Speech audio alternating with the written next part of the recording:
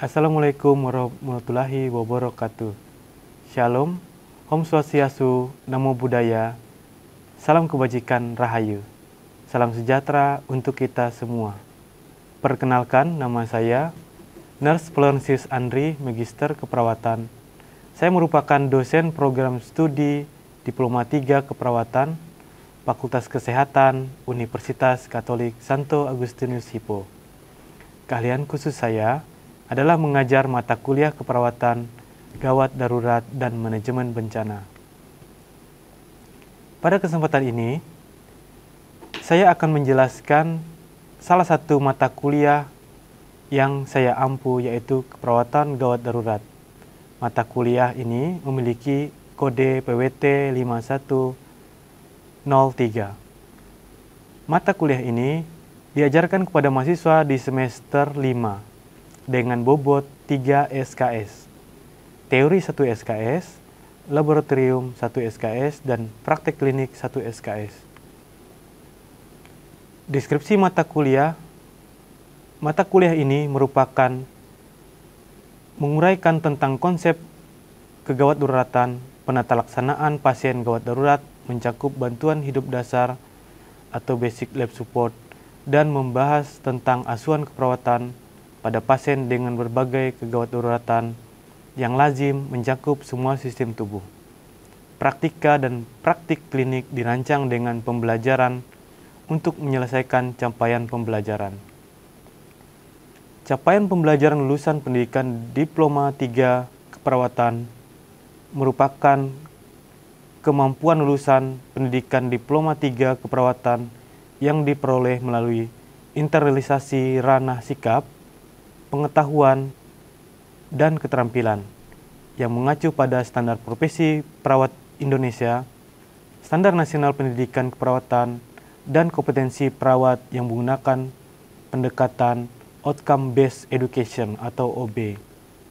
Nah, capaian pembelajaran pada komponen sikap adalah mampu menunjukkan sikap bertakwa kepada Tuhan Yang Maha Esa dan bangga sebagai bangsa Indonesia yang menjunjung nilai kemanusiaan, etika, hukum, moral, dan budaya dalam memberikan asuhan keperawatan. Untuk komponen pengetahuan, mampu memahami ilmu keperawatan untuk melakukan asuhan keperawatan secara profesional dengan menggunakan pendekatan proses keperawatan. Dan untuk keterampilan khusus, mahasiswa mampu melakukan komunikasi terapeutik dan menguasai keterampilan dasar keperawatan untuk melakukan asuhan keperawatan pada klien melalui kerja tim. Dan mahasiswa mampu memberikan asuhan keperawatan pada individu, keluarga, kelompok, dan masyarakat dengan mengutamakan keselamatan klien dan mutu pelayanan berdasarkan perkembangan ilmu dan teknologi keperawatan untuk meningkatkan kualitas asuhan keperawatan dengan memperhatikan prinsip caring sesuai kode etik profesi. Capaian pembelajaran mata kuliah ini ada 3. Yang pertama, mahasiswa mampu menguasai konsep asuhan keperawatan pasien dengan gawat darurat. Yang kedua, mahasiswa mampu menguasai konsep dan prinsip pelaksanaan bantuan hidup dasar. Yang ketiga, mampu menguasai konsep asuhan keperawatan gawat darurat. Agar capaian pembelajaran bisa terwujud, mahasiswa akan saya berikan bahan-bahan kajian pembelajaran yang ditempuh selama 1 semester. Sebelum memulai perkuliahan, saya akan menjelaskan kontrak perkuliahan, yaitu berupa kesepakatan antara dosen dan mahasiswa di awal perkuliahan mengenai hal-hal yang akan menjadi pedoman bersama selama proses pembelajaran. Berikut bahan kajian pembelajaran yang akan saya berikan. Yang pertama, konsep keperawatan gawat darurat dan prinsip pelaksanaan bantuan hidup dasar, asuhan keperawatan gawat darurat, asuhan keperawatan sistem pernapasan, sistem kardiovaskuler, intoksikasi makanan, obat, dan binatang, pengenalan ICU, dan simulasi laboratorium, pemeriksaan airway breathing, resusitasi jantung paru, transportasi, dan ekstrikasi, serta balut bidai. Selanjutnya, saya menggunakan sistem pembelajaran tatap muka dengan pendekatan DIA, yaitu Delivery, Interaction, dan Assessment. Delivery, yaitu pada saat saya menyampaikan materi, di sini saya akan memberikan kuliah keperawatan gawat darurat dengan mengacu pada referensi buku-buku karangan Andi dan kawan-kawan yang berjudul Keperawatan Gawat Darurat. Selain kuliah tatap muka, saya akan melakukan praktik laboratorium, yang dimana saya akan berikan berupa praktik simulasi dengan manekin dan alat kesehatan untuk tindakan keperawatan gawat darurat, seperti RJP, manajemen jalan napas, dan penanganan trauma. Berikutnya, saya akan melakukan studi kasus dan pemecahan masalah. Di sini mahasiswa akan diberikan skenario kasus klinis berbasis situasi gawat darurat. Misalnya pasien henti napas. Setelah itu mahasiswa belajar memecahkan masalah dengan cara menganalisis data, prioritas masalah, dan menentukan intervensi yang tepat. Untuk memperkuat pemahaman materi, saya melakukan pemutaran video dan demonstrasi visual. Yang kedua dari sistem pembelajaran itu adalah interaction atau interaksi pembelajaran. Nah, di sini saya menggunakan agar proses interaksi pembelajaran antara saya dan mahasiswa difokuskan pada partisipasi aktif mahasiswa dan memahami materi, berdiskusi dan mempraktikkan keterampilan. Di sini saya menggunakan tiga metode, yaitu diskusi kelas dan kelompok. Di sini lengkap dengan tanya jawab saya, dosen, dan mahasiswa. Role play dan simulasi. Di sini mahasiswa memerankan situasi nyata di IGD dengan saya sebagai fasilitator dan evaluasi. Saya juga akan langsung berikan feedback berupa klarifikasi tindakan yang benar. Selanjutnya saya menggunakan media WhatsApp Group untuk digunakan ke saluran komunikasi langsung antara dosen dan mahasiswa. Misalnya untuk menyampaikan informasi penting secara cepat, seperti perubahan jadwal, tugas, dan pengumuman terkait pembelajaran. Yang terakhir dari sistem DAA adalah assessment, yaitu penilaian pembelajaran, di mana saya sebagai dosen melakukan penilaian secara berkelanjutan untuk mengukur pengetahuan kognitif, keterampilan atau psikomotor, dan sikap mahasiswa dengan cara pertama tes tertulis. Tes tertulis ini bisa saya berikan dalam bentuk soal pilihan ganda, studi kasus, maupun esai. Yang berikutnya yaitu OSCE, yaitu uji keterampilan klinis. Di sini mahasiswa diuji melalui beberapa stasiun keterampilan, seperti RJP, pemasangan, OVA, dan lain-lain. Tidak lupa dalam penilaian pembelajaran, saya melakukan penilaian praktikum dan penilaian sikap mahasiswa. Berikut bobot penilaian pada mahasiswa kuliah keperawatan gawat darurat. Kehadiran mahasiswa di kelas maupun di laboratorium 5%, sikapnya dan keaktifan itu 5%, ujian tengah semester 30%, praktik laboratorium 10%, ujian akhir semester 40%, praktik klinik 10%. Selanjutnya, untuk melengkapi PDD UKT PT saya di bidang pengajaran, akan ditampilkan proses pembelajaran di laboratorium pada mata kuliah keperawatan gawat darurat. Selamat menyaksikan. Terima kasih. Selamat pagi, salam sejahtera untuk kita semua. Selamat pagi, Pak. Wah, hebat ya, semangat hari ini, di pagi yang cerah ini. Kita akan melakukan ya simulasi pemeriksaan airway breathing atau jalan napas dan pernapasan. Ini merupakan bagian dari mata kuliah keperawatan gawat darurat. Nah, sebelum kita melakukan perkuliahan, kita sebaiknya absensi dulu ya. Silahkan handphonenya kita scan barcode dulu. Di sini, silakan.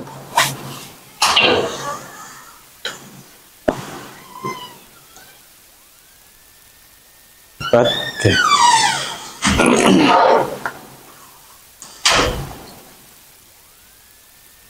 Oke, jika sudah semua ya absennya ya? Sudah, oke. Selanjutnya sebelum memulai simulasi, ada baiknya kita bersyukur pada Tuhan Yang Maha Esa. Jadi kita berdoa dulu ya. Silakan berdoa dengan kepercayaannya masing-masing. Berdoa dimulai.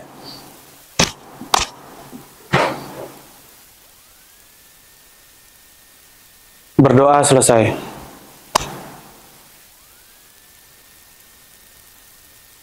Oke, sesuai jadwal kita hari ini di pertemuan 11, hari ini kita akan melakukan simulasi pemeriksaan airway breathing. Airway breathing ini merupakan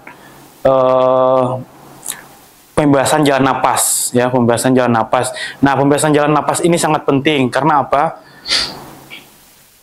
Manusia bisa cepat langsung mengalami dalam kondisi gawat darurat jika jalan napasnya tersumbat. Nah, makanya jalan napas itu harus bersih, harus plong ya gitu ya, tidak ada gangguan, tidak ada obstruksi, tidak ada sumbatan di situ. Oke. Nah, di kegiatan kita hari ini itu akan terbagi dari 3 bagian ya, saya bagi 3. Itu yang pertama kita nge-recall sedikit nih, anatomi ya, anatomi. Yang kedua, kita nih mengenali gejala-gejala seperti apa sih, gangguan seperti apa sih yang bisa menyebabkan gangguan jalan napas. Nah, yang ketiga, kita melakukan tindakan tuh, intervensi apa untuk menangani kegawat daruratan pada jalan napas dan pernapasan. Nah, yang pertama, kita nge-recall untuk anatomi. Nah, di anatomi pernapasan, ini masih ingat nggak nih jenis dan otot pernapasan? Di otot pernapasan itu kan ada yang reguler. Ayo, siapa yang mau jawab? Siapa? Silahkan. Otot interkosta sama otot diafragma. Oke, baik.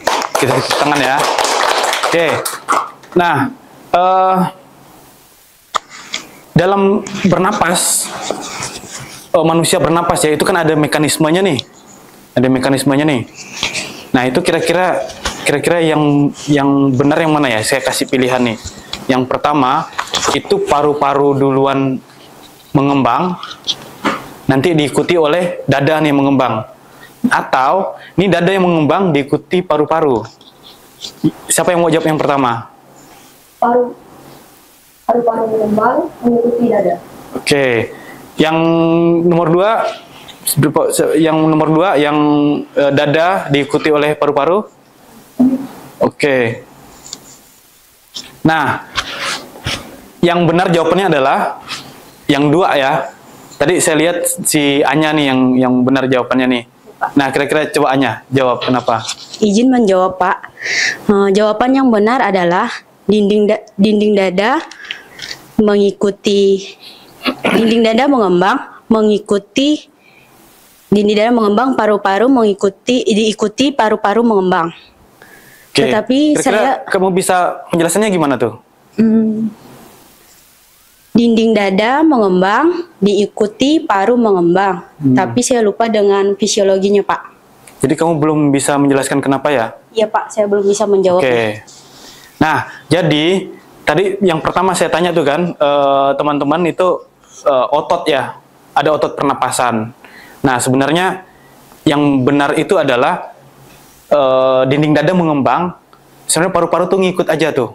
Nah, tapi kok kenapa bisa seperti itu? Nah, otot pernapasan itu menggerakkan dinding dada. Ya. Nah, sekarang otot pernapasan itu kok bisa bergerak? Nah, itu sebenarnya ada saraf di pernapasan. Itu ada mekanismenya saraf aferen dengan saraf eferen. Nah, waktu dinding dada mengembang, di antara dinding dada dengan paru-paru itu ada lapisan pleura. Lapisan pleura itu dia tekanannya lebih negatif ya. Makanya waktu ketarik, dinding dada menarik, dia ketarik paru-parunya, jadi mengembang. Nah, kenapa ini penting? Nanti ke depannya kalian tuh akan belajar beberapa kasus kegawat daruratan. Misalnya nih, orang ketusuk di dadanya. Itu nanti dada yang ketusuk, paru-parunya itu mengempis. Nah, karena apa? Tekanan atmosfer tadi yang dari awalnya negatif menjadi positif. Nah, jadi dia tidak ada daya tarik menarik kayak gitu. Itu pentingnya anatomi ya. Oke. Nah, berikutnya setelah kita merecall sedikit anatomi, kita akan masuk ke pengenalan ya, pengenalan terhadap gangguan airway breathing atau jalan napas dan pernapasan. Nah, untuk gangguan ini pasti biasanya itu adalah disebabkan oleh Jadi kayak gini, pernapasan kita nih dianggap kayak paralon lah ya. Nah, atau saluran. Nah, itu masalah utamanya adalah pasti sumbatan. Ya, masalah utamanya pasti sumbatan. Nah, kira-kira nih, siapa yang masih ingat sumbatan apa? Iya, Yang seperti apa? Oke, Nanda. Yang saya ingat itu jenis obstruksi yang ada namanya itu obstruksi total atau berat. Nah, jenis obstruksi ini itu dibagi lagi menjadi dua, yaitu akut dan insidius. Kalau misalnya untuk yang akut itu, contohnya pada anak itu tertelan koin, ataupun pada orang dewasa itu tersedak makanan. Kemudian untuk yang kedua lagi, insidius itu terjadi sumbatan pada saluran nafas yang berkembang secara perlahan. Itu saja yang saya tahu, Pak. Oke, mungkin yang kedua, Angelica bisa bantu, Fernanda. Yang kedua itu obstruksi ringan atau sebagian, Pak, yaitu terjadinya sumbatan dikarenakan adanya cairan, lumpur, ataupun lidah jatuh ke belakang, Pak. Oke, baik. Kasih tepuk tangan dong, ini bagus nih. Oke, nah, kasih penjelasan lagi lebih lengkap. Jadi obstruksi itu ada dua ya, ada obstruksi total dengan sebagian. Nah, nanti tindakan itu, contoh yang tadi yang kedua, yang total itu insidius, itu biasanya terjadi pada pasien dengan kebakaran. Jadi pasien kebakaran nih menghirup udara panas, nah itu akan paringnya itu akan mengembang tuh. Mengembang. Jadi dia mengembang secara progresif. Karena mengembang dia mengempis, ya. Karena mengembang dia mengempis. Mulai mengempis. Makanya biasanya gini, kalau teman-teman ngelihat ada korban kebakaran, awal-awal tuh dia biasa aja ngomong kayak biasa kan, kayak melakukan aktivitas biasa. Kadang-kadang masih nolong temannya nih. Nanti lama-lama kan progresif nih dia mengempis. Nah itu lama-lama dia udah mulai merasa sesak nih, nggak bisa napas. Mulai ketutup tuh jalan napas. Nah, itu kasus-kasus yang insidius tadi ya. Saya tekankan di kasus-kasus insidius ini seperti itu. Pada pasien dengan gangguan karena kebakaran biasanya. Pokoknya menghirup udara yang sangat panas atau bahan kimia. Kayak gitu. Nah, tadi juga ada obstruksi ringan. Nah, itu makanya akan kita gunakan di obstruksi ringan. Biasanya gini, ada bunyi tadi darah ya, darah, lumpur. Itu biasanya menghasilkan bunyi gargling ya namanya. Gargling ya. Nah, itu bunyi gargling kayak orang kumur-kumur. Nah, itu tindakannya pakai suction nanti. Nah, ada juga nih kalau yang ngorok, bunyi ngorok. Itu biasanya lidahnya tuh. Tadi disebutin Angelica ada karena lidah ya.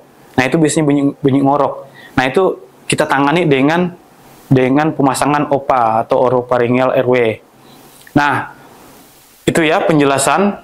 Setelah kita mengenali apa sih masalahnya di gangguan pernapasan, sekarang kita nih akan melakukan nih tindakan penanganannya. Nah, itu yang ketiga ya, kita akan menangani pasien. Yang di sini saya akan jelaskan dua untuk penanganan airway, breathing, ya manajemen ini ada dua. Itu yang pertama dengan alat dan tanpa alat, ya ada alat dengan tanpa alat. Nah, pertama itu yang tanpa alat. Tanpa alat itu ada dua tindakan, yaitu namanya jaw thrust dengan head chin lift, ya. Nah, dengan alat nanti saya ajarkan untuk pemasangan OPA atau oropharyngeal airway. Nah, yang pertama nih jaw thrust ya. Jaw thrust kita lihat ke phantom atau mannequin ini.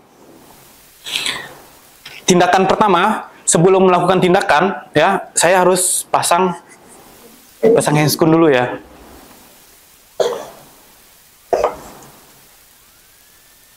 Oke, nah ini karena tindakannya tidak steril, jadi bersih, jadi saya menggunakan handscoon yang bersih ya, untuk prinsipnya bersih.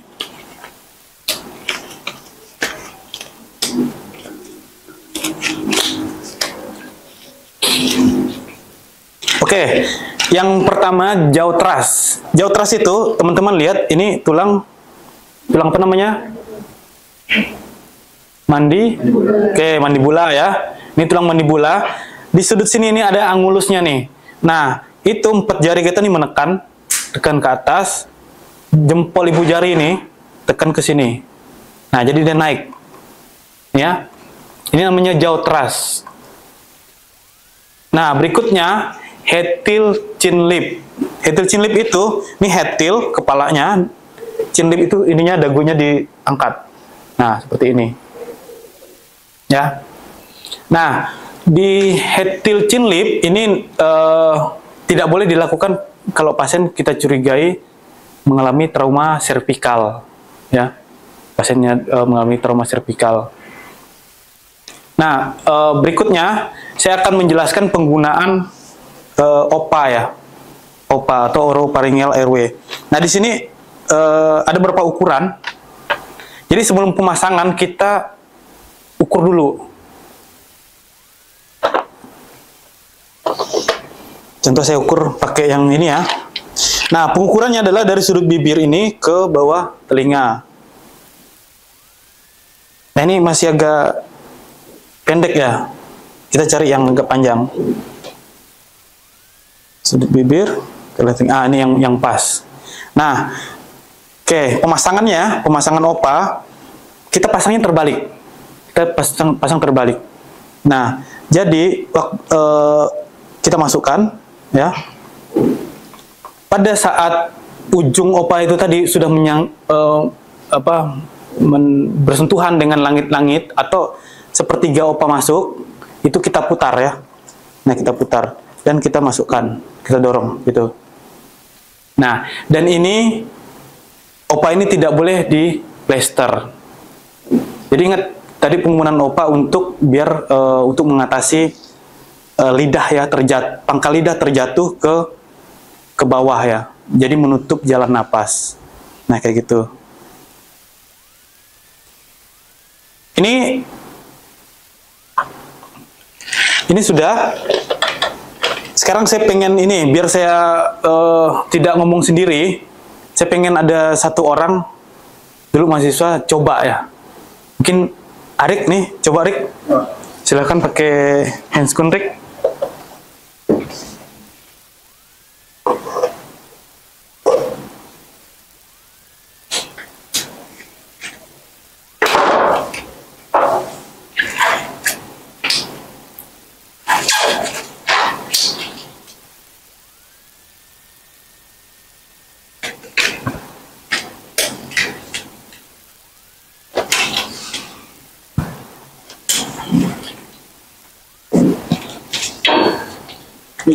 Oke, silakan Arik. Ini coba lakukan tindakan jaw thrust. Gimana Arik?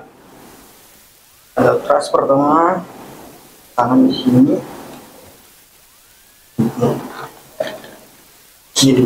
Oke, teman-teman silakan pegang Arik. Teman-teman silakan saksikan. Nah, ini namanya mandibula. Di sudut sini ini ada angulus mandibula. Nah, itu 4 jari menekan menekan ke atas, jempolnya ini ke bawah. Nah, kayak gitu ya.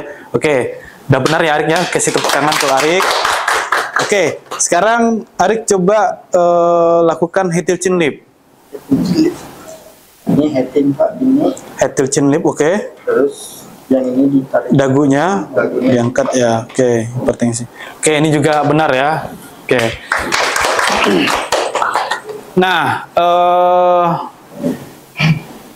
yang lain ini kan coba yang lain saya minta si Ani ya, Ani Jupita, silakan lakukan, Rick, gantian Rick. Ani Jupita melakukan.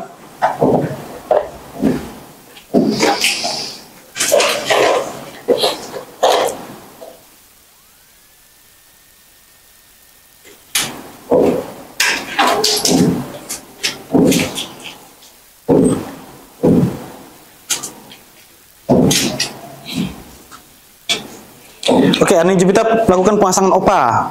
Oke. Ya, silakan diukur dulu. Pertama kita ukur di samping bibir dan di bawah telinga. Jika ukurannya sudah pas, kita masukinnya terbalik dulu setelah udah ya, sudah menyentuh langit-langit, baru kita lidah putar. Oke. Kita lihat ya.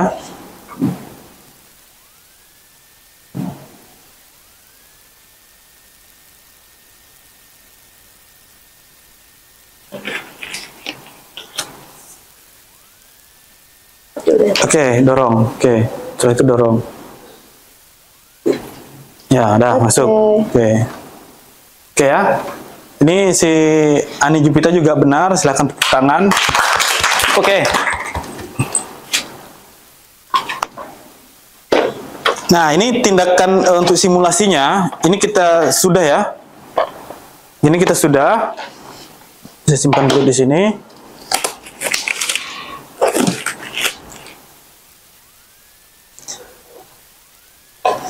Oke, tadi tiga tindakan sudah ya.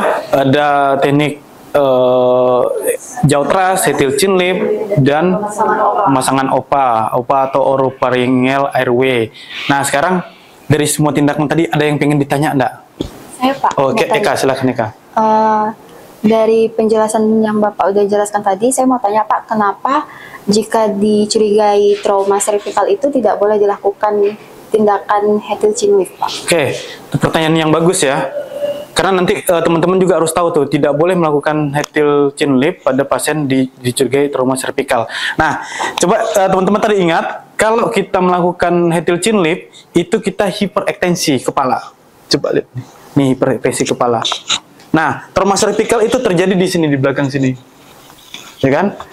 Nah, kalau kita lakukan hetil chin lift, itu akan memperberat kondisi pasien yang mengalami trauma cervical, ya.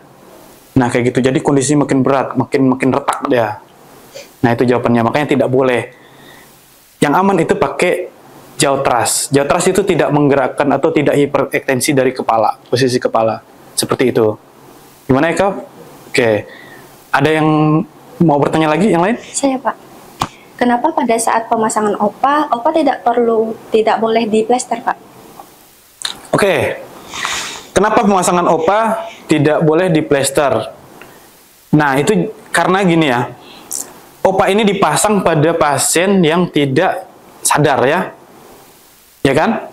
Kalau sadar siapa yang mau? Nggak mau kan? Nggak mau. Nah, karena dia tidak sadar, jadi refleks muntahnya tidak ada. Atau gag refleksnya itu tidak ada.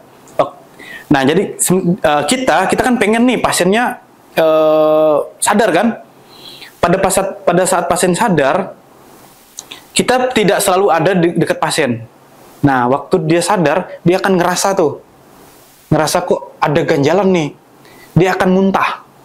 Karena ada memang manusia tuh punya refleks muntah, dia akan muntah. Nah, waktu muntah, kalau di plester ketahan dong mulutnya, ya kan? Nah, jadi kemana tuh masuknya muntahan? Bisa ke saluran pernapasan, bisa ke saluran pencernaan. Yang bahaya itu kalau masuk ke saluran pernapasan, ya, makin bahaya pasien kita. Nah, kayak gitu. Nah, jadi yang baiknya adalah tidak di plester, kayak gitu. Ini dari pertanyaan, ada yang mau bertanya lagi? Tidak ada. Oke, kalau tidak ada, di pertemuan berikutnya ya saya jelaskan, ini sudah selesai simulasi ini. Kalau tidak ada di pertemuan berikutnya, kalian akan mencoba nih satu-satu, mencoba untuk simulasi mandiri. Nah, setelah itu kalian akan diuji nih, saya uji nih, saya akan tes, lihat tindakan kalian udah benar atau tidak. Nah, dari di ujian praktek di laboratorium. Nah, kayak gitu. Ini harus siap-siap semua ya. Belajar dengan baik ya, jangan lupa. Nah, karena apa yang kalian pelajari ini dapat menolong orang banyak ya. Oke. Nah, jika tidak ada hal yang ditanyakan lagi, pertemuan ini saya akhiri. Terima kasih. Salam sehat. Terima kasih.